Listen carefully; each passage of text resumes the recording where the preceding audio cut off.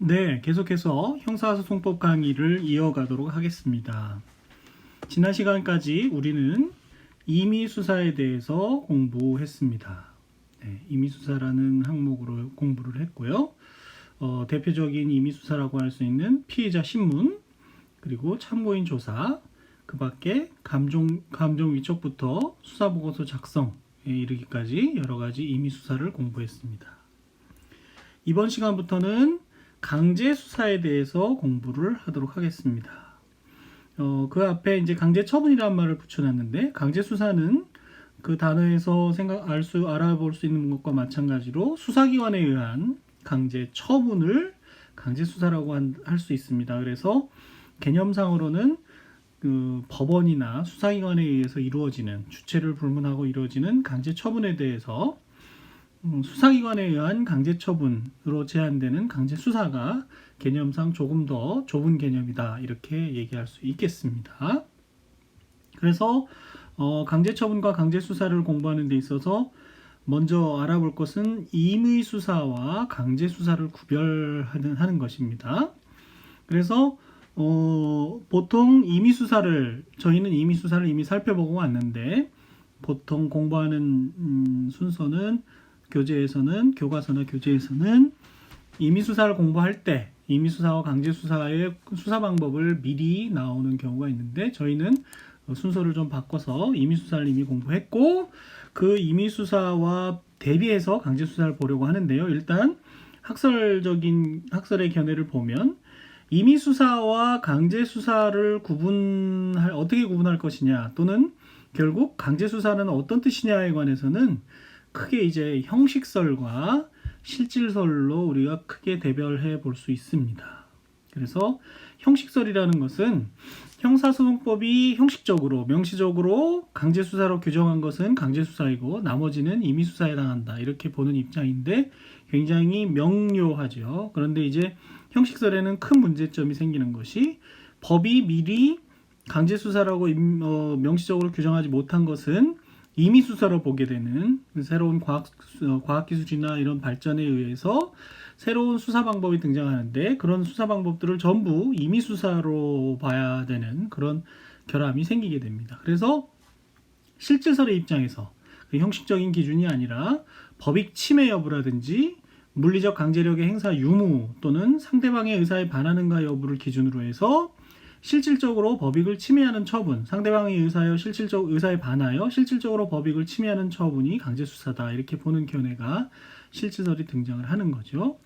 그리고 형식설보다는 실질설에 가깝다고 볼 수 있는 적법절차 기준설이라든지 기본권 기준설, 이런 학설들도 있어서 헌법이 정한 적법절차 원리에서 파생되는 기본권 존중의 관점에서 수사기관의 처분이 법 공동체가 인정하는 최저 한도의 기본적인 권을 침해할 우려가 있는 때는 강제수사로 봐야 한다, 이런 견해들이 등장을 하는 것입니다. 그래서 대체적으로 실질설의 입장이 다수의 입장이라고 볼 수 있는데, 실질설에 의하더라도 과연 그 판단 기준이 분명하게 쉽게 그렇게 나오는 것은 아니기 때문에 임의수사와 강제수사의 구별이 제가 쉽지 않다는 말을 임의수사를 처음 공부할 때 말씀을 드렸던 것입니다. 그래서 이런 견해들이 있지만 어떤 견해를 가지고 일도 양단식으로 임의수사, 강제수사를 구별하기가 쉽진 않다, 이런 정도로 이해를 하고 넘어가시고, 오히려 중요한 것은 뒤에 나오는 강제수사를 어떻게 규제할 것이냐의 문제입니다. 그래서 그 전제로서 어떤 것이 강제수사인지가 이제 논의가 됐던 것이고요. 일단 강제수사를 규제해야 된다는 데에 대해서는 이론이 있을 수가 없지요. 그래서 헌법 12조 1항에서는 모든 국민은 신체의 자유를 가진다. 누구든지 법률에 의하지 아니하고는 체포, 구속, 압수수색 또는 신문을 받지 아니하며 법률과 적법한 절차에 의하지 아니하고는 처벌, 보안 처분 또는 강제 노역을 받지 아니한다라고 규정하고 있는데, 법률에 의하지 아니하고는 체포, 구속, 압수, 수색, 이런 것들이 대표적인 강제수사이기 때문에 법률에 의하여야 한다. 즉 강제수사는 법에 정해져 있어야 한다는 강제수사 법정주의를 선언한 것으로 이해가 되고요. 또 헌법 12조 3항은 체포, 구속, 압수수 또는 수색과 같은 강제 처분을 할 때에는 적법한 절차에 따라서 검사의 신청에 의하여 법관이 발부한 영장을 제시하여야 한다고 규정하고 있기 때문에 영장주의의 규제도 받는다. 이렇게 얘기할 수가 있습니다. 그래서 저희가 권력 분립의 원칙을 공부할 때 권력은 집중되면 부패하기, 남용되기 마련이기 때문에 입법, 행정, 사법 이렇게 3권으로 분립해서 3권으로 나누어서 서로 견제하고 균형을 갖도록 하자는 것이 권력 분립의 원칙 아니겠습니까? 이런 권력 분립의 원칙을 강제 수사에 적용해 본다 그러면 강제 처분 내지는 강제 수사는 행정의 영역이라고 할 수 있죠. 그래서 이 강제 수사를 입법적 차원에서 견제하고자 하는 것이 바로 법정주의라고 할 수 있습니다. 그렇죠? 법에 의해서 정해야 되는 거니까요. 한편 행정부가 독립된 법관에 의해서 영장이 발부되어야 한다는 영장주의는 이 사법적 측면에서의 강제 수사를 규제하고자 하는 입장이다. 이렇게 생각할 수 있습니다. 그래서 강제 수사는 권력 분립의 원칙에 비추어서도 규제받고 있다. 이렇게 이해할 수 있다는 거죠.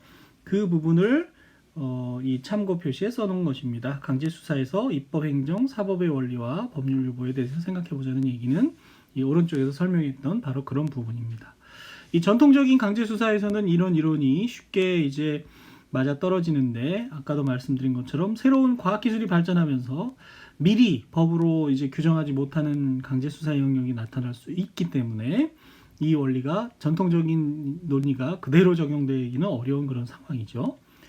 한편 비례성의 원칙에 의해서도 강제 수사는 규제를 받게 되는데 비례성의 원칙을 규정한 조문은 형사소송법 199조 1항 단서에 있다고 볼 수 있습니다. 그래서 다만 강제처분은 이 법률에 특별한 규정이 있는 경우에 하나며 강제수사 법정주의, 강제처분 법정주의를 규정하면서 후단에서 필요한 최소한도의 범위 안에서 비례성의 원칙을 준수하면서 강제수사가 행해져야 된다. 이렇게 얘기하고 규정하고 있는 것을 볼 수 있습니다. 결국 강제수사 법정주의, 영장주의, 비례성의 원칙에 의해서 강제수사를 규제하려고 한다. 이렇게 규제되고 있다. 이렇게 이해하시면 되겠죠. 이러한 강제수사에는 형사소송법상 피의자의 체포, 구속, 압수수색 검증, 증거보전, 증인신문의 청구, 증인신문의 청구는 지난번에 피의자신문 공부하면서 참고인 조사 공부하면서 참고인이 출석을 거부할 때 1회 공판기일 전에 하나여 판사에게 증인신문 청구할 수 있는 규정 배운 적이 있습니다. 거기서 말하는 증인신문 청구입니다. 그리고 감정유치, 역시 감정위촉을 공부하면서 필요한 경우 판사가 발부한 감정유치장에 의해서 인신이 구속된 상태에서 감정을 받게 되는 감정유치, 또 감정에 필요한 처분, 피해자의 동의 없이 혈액을 채취한다든지 할 때 감정처분 허가장이라는 일종의 영장을 받아야 하는 강제수사의 종류가 있습니다. 그 밖에 통신비밀보호법이라는 것이 제정이 되어서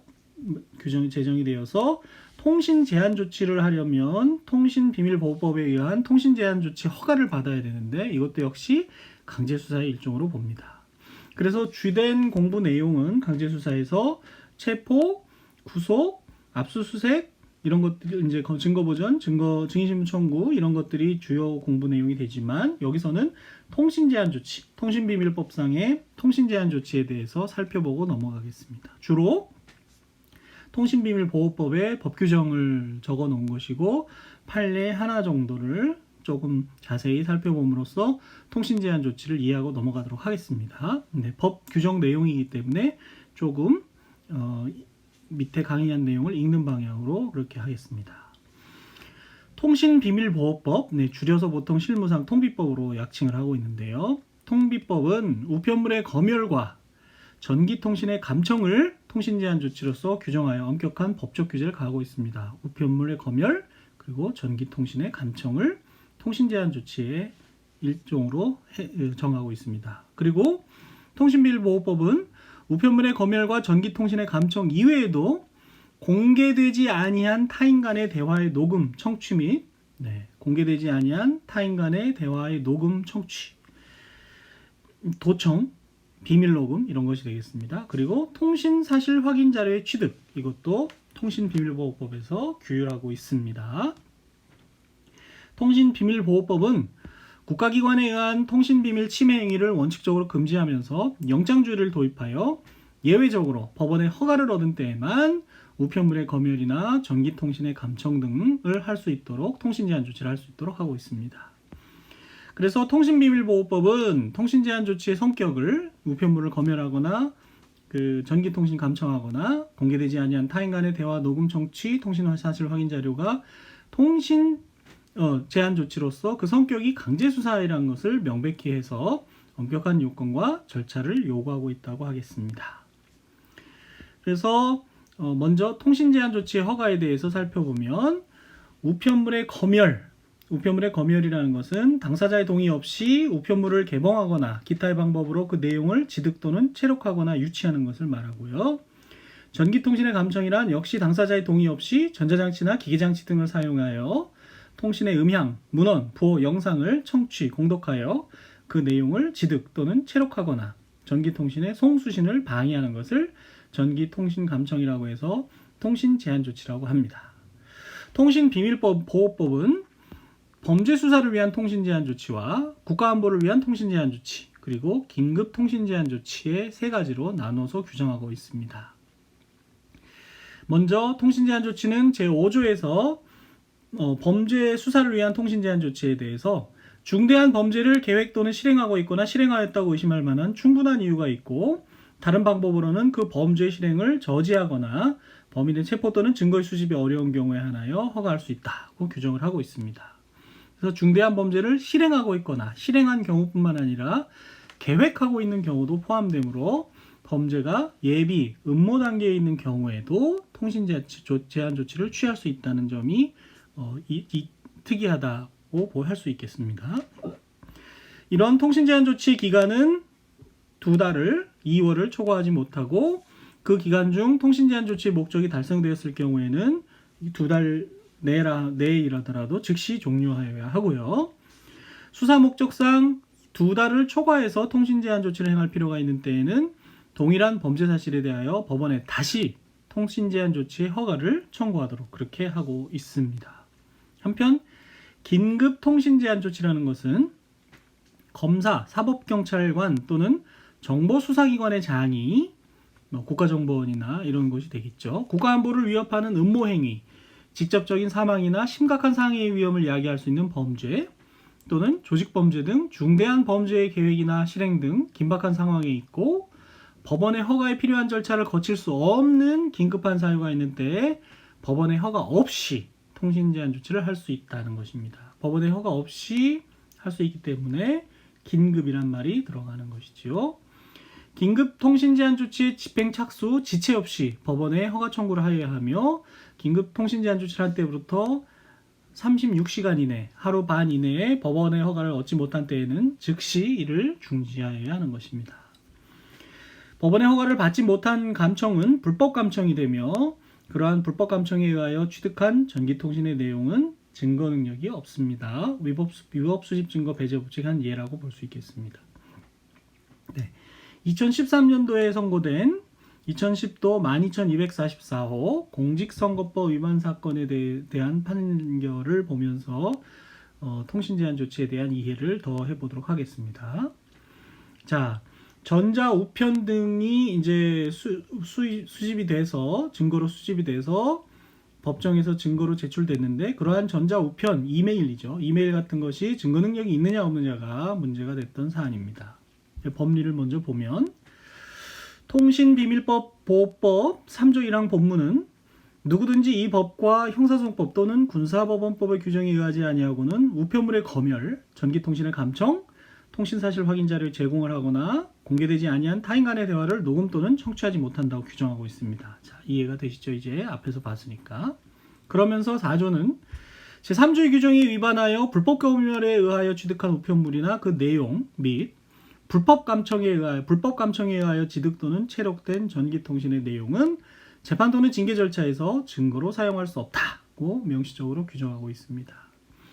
여기서 전기통신이라 함은 전화, 전자우편, 모사전송 등과 같이 유선, 무선, 광선 및 기타의 전자적 방식에 의하여 모든 종류의 음향, 문헌, 부호 또는 영상을 송신하거나 수신하는 것을 말하고 감청이라 함은 전기통신에 대하여 당사자의 동의 없이 전자장치, 기계장치 등을 사용하여 통신의 음향, 문헌, 부호, 영상을 청취, 공독하여 그 내용을 지득 또는 체록하거나 전기통신의 송수신을 방해하는 것을 말합니다. 그래서 전기통신과 감청에 대한 정의 규정을 두고 있습니다.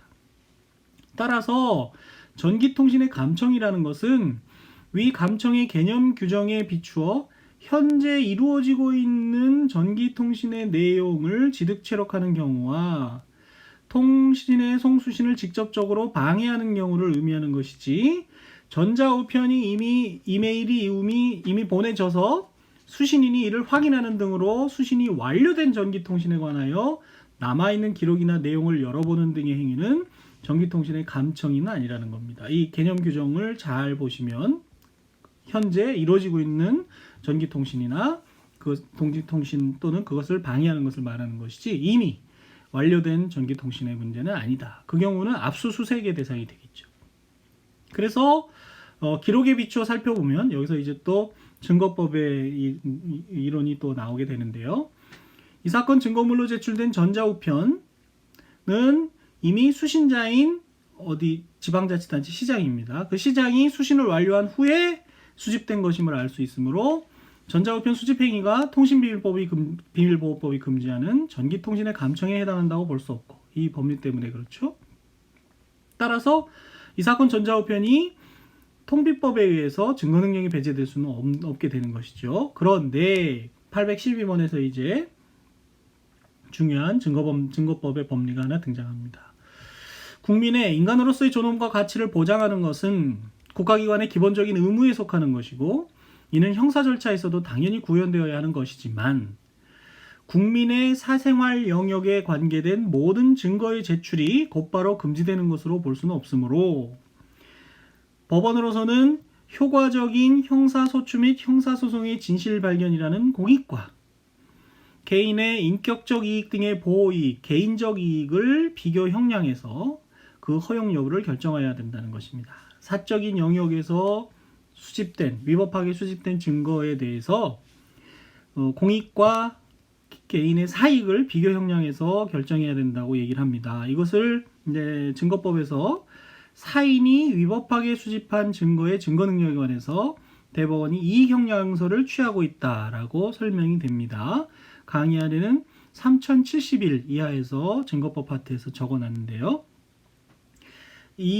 거기 보시면 이제 이익형량설과 권리범위설의 견해 대립이 있는데, 대법원 판례는 지금 보시는 것처럼 사인이, 이 시장도 사인이고 증거를 수집한 것도 그 밑에 있는 공무원이었지만 수사기관이 아니었거든요. 그래서 그런 공무원이 아닌 일반 사인이라고 볼 수 있는 그 공직선거법에 관해서 위법하게 수집한 증거 능력을 이익형량서를 취하고 있다는 논거가 되는 것입니다.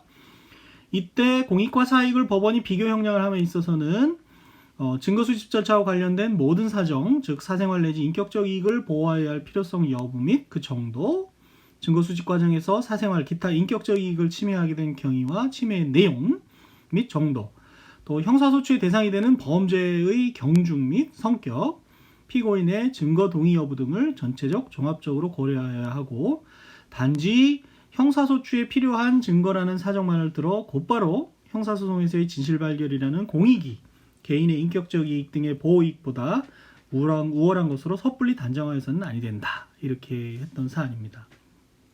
이 사건에서는 선거와 관련해서 시장과 동장 직무대리 지위에 있던 피고인이 시장과 다른 사람들이 주고받은 이메일을 전자우편이 다 송수신된 이후에 수집했던 그런 사안에 있습니다. 그래서 증거 능력을 부정해야 될 측면도 있어 보이지만, 공익과 사익을 검토해 본 결과 공익의 필요성이 더 크다고 해서 증거 능력을 인정했던 사안입니다. 그래서 구체적인 사실관계는 여러분이 한번 읽어보시기를 바라고, 이와 같이 통신비밀, 일단 이 판례를 자세하게 소개해드린 이유는 앞부분에 통신제한 조치에 대한, 통신비밀보호법에 대한 법 규정을 통해서 일정한 법리를 알 수 있고, 거기서 전기통신의 감청이라는 것은 현재 이루어지고 있는 전기통신을 대상으로 하는 것이다는 걸 밝히면서 그 통신이 송수신이 이루어진 이후의 것은 통신비밀보호법의 보호 대상은 아니다. 그렇지만 사인이 위법하게 수집한 증거에 대해서 통신비밀보호법의 대상은 아니지만 허락 없이 승낙 없이 타인의 전자메일, 전자우편을 수집한 것이기 때문에 위법한 수집 증거인데 그런 경우에 증거 능력을 대법원이 이익 형량설에 의해서 판단하고 있다라는 증거법의 법리까지 소개해드리기 위해서 여기 교재에 실어 놓은 것입니다. 증거법 법리는 다 역시 증거법 강의 시간에 다시 보게 되겠지만 전기통신의 감청의 개념을 확인해 보시고 넘어가야 되겠습니다. 이와 같은 통신 제한 조치 말고도 통신 사실 확인 자료 요청이라는 것도 있습니다. 820번입니다. 통신 사실 확인 자료란 보시는 것처럼 가입자의 전기통신 일시, 전기통신을 개시하고 종료한 시간, 발신, 착신 통신 번호 등 상대방의 가입자 번호, 그러니까 누구랑 발신, 착신을 했는지, 얼마나 발신, 착신했는지, 사용 도수, 컴퓨터 통신 또는 인터넷 사용자가 전기통신 용무를 이용한 사실에 관한 컴퓨터 통신 또는 인터넷의 로그 기록 자료, 정보통신망이 접속된 정보통신기기의 위치를 확인할 수 있는 발신 기지국의 위치 추적 자료, 또 컴퓨터 통신 또는 인터넷의 사용자가 정보통신망에 접속하기 위하여 사용하는 정보통신기기의 위치 등을 추적하는 자료 등을 말합니다. 그래서 요즘에 사실상 스마트폰이나 인터넷을 사용하지 않고는 생활이 거의 불가능하기 때문에 실제 형사소송 실무에서도 수사나 재판 실무에서 주로 수사 실무에서 이 통신사실 확인자를 통해서 어디서 접속을 했고 누구랑 접속을 했고 이런 자료들을 수집함으로써 범죄를 밝혀내고 범인을 체포하고 하는 일들이 대부분입니다.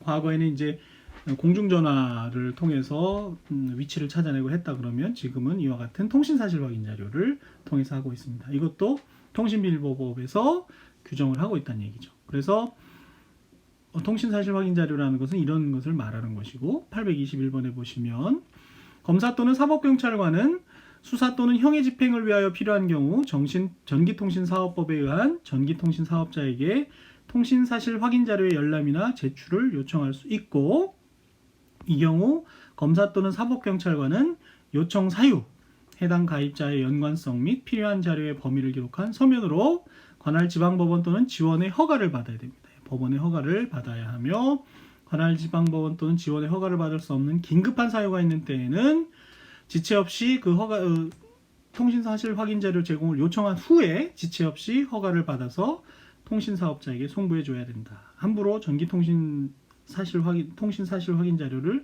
수사기관이 확보하지 못하게 그렇게 한 것이죠. 긴급한 사유로 통신사실 확인 자료를 제공받았으나 지방법원 또는 지원의 허가를 받지 못한 경우에는 지체 없이 제공받은 통신사실 확인 자료를 폐기해야 되는 그런 규정을 두어놨습니다. 앞서 말씀드린 것처럼 오늘날 사회에서는 통신사실 확인 자료 없이 수사라는 것이 거의 불가능할 정도로 통신사실 확인 자료 요청이 범인을 발견하거나 확보하고 또 범죄 사실을 규명하는 데 굉장히 유용하게 쓰이지만 그만큼 그것이 통신의 자유라든지 사생활의 비밀이라든지 이런 것들을 침해할 우려가 있기 때문에 이와 같은 규정을 통신비밀보호법에 두고 있다. 이렇게 이해하셔야 되고 이런 것도 강제수사의 일종으로 봐야 될 것입니다. 네, 형식설에 의하던 실질설에 의하던 이런 조치들이 강제수사에 해당한다는 점에 대해서는 큰 이의가 없을 것이라고 생각이 됩니다. 그 다음 비밀녹음이라는 것은 몰래 녹음한다는 뜻이죠. 그러니까 당연히 몰래 녹음하니까 동의 없이 녹음이 되는 건데 그에 대해서도 통신비밀보호법이 규정을 하고 있습니다. 통신비밀보호법 14조 1항에 의하면 누구든지 공개된 것은 괜찮은데 비공개된 타인 간의 대화를 녹음하거나 또는 전자장치나 기계적 수단을 이용하여 들을 수 없다는 거죠. 녹음하거나 들을 수 없다. 비공개된 것을요. 만약에 그에 위반해서 불법으로 녹음을 하거나 청취를 하게 되면 그런 대화 내용도 역시 통신제한 조치 허가 없이 통신제한 조치를 한 것과 마찬가지로 재판 또는 징계 절차에서 증거로 사용할 수 없다는 규정을 통신비밀보호법 제14조 2항과 2항에서 제4조의 규정을 준용하고 있습니다. 그래서 이번 시간에는